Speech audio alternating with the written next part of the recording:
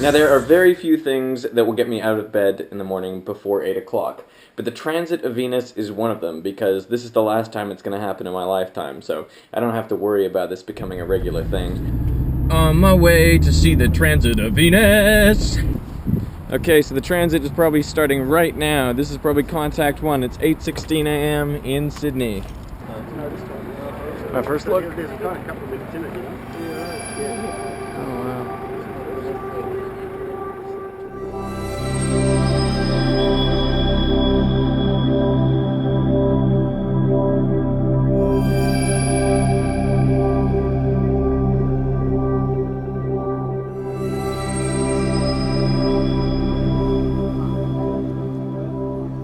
See it? Absolutely not. You can't see it? Nope. It's like a black dot. That's Venus. Beautiful. The sun is now out, and with these silly glasses, you can actually see Venus on the sun. Nowadays, I imagine most people don't get excited about Venus passing in front of the sun. I mean, what's the big deal?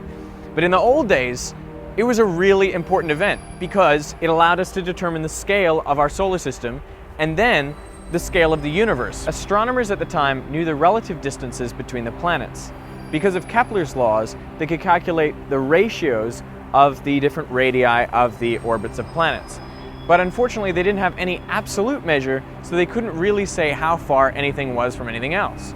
Edmund Halley, the guy who the comet's named after, was the one who suggested that by timing how long it takes Venus to pass across the face of the sun from different points on the Earth would allow us to measure the distance between the Earth and the sun. And that's using something called parallax.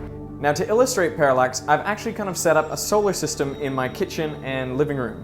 So you can see the sun there behind me. This is Venus, and over here we have the Earth. Oh, sorry guys, I gotta take this. It's Destin from Smarter Every Day.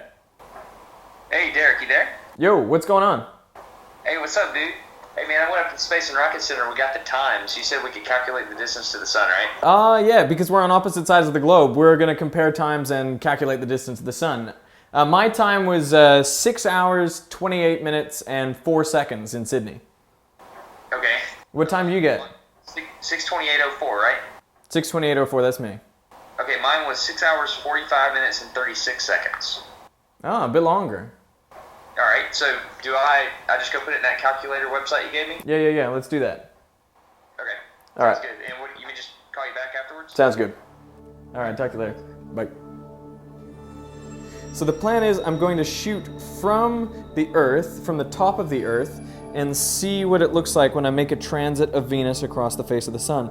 And then I'm going to change my perspective slightly, so I'm going to go to a lower part of the Earth and I'm going to shoot the same thing. And then I want to overlay those two images to see how Venus looks as it's tracking across the sun from those two different locations. It should trace out two separate chords across the face of the sun. And that is what allows us to estimate the distance to Venus and the distance to the sun and everything else in the solar system, because once we have one absolute distance, we can get all of the distances. So 243 years ago, Captain Cook was down here, sent to Tahiti to observe the transit of Venus. And after that, he opened his sealed papers with his secret mission. He was meant to find the great southern land and claim it for Britain. Which is what he did. He mapped and explored the coasts of New Zealand and Australia before returning home. This was his first voyage to the South Pacific, so pretty exciting. And then in, I guess, kind of a related note, 8 years ago when this transit was taking place, I was actually in the air over the Pacific, flying from Vancouver to Sydney to make my life here. So, you know, me and Cook, we got something in common, I guess, you know. Oh, it's Destin calling back with the distance. What's going on, Destin? Hey, what's up, dude? Hey, I got it. I am woke. It's like 2 in the morning here or something. Anyway, it's 93 million miles. 93 million, no, I don't think that's a unit, is it? Miles? They got rid of that like 100 years ago. We used to put man on the moon. Wow. Inches, that's awesome. You want it in kilometers? I want it in kilometers. How far is it? It's about 149 and a half and some change million kilometers, so. That's awesome. That's like bang on. Oh, is it? Yeah. Is that astronomical unit? That is 1 astronomical unit. So good observing, sir. Well done. Thank you very much. Oh, hey, by the way, there was a kid there today. We did it at the U.S. Space and Rocket Center under the Saturn V, but there was a kid there that made his own telescope out of PVC pipe. That's awesome.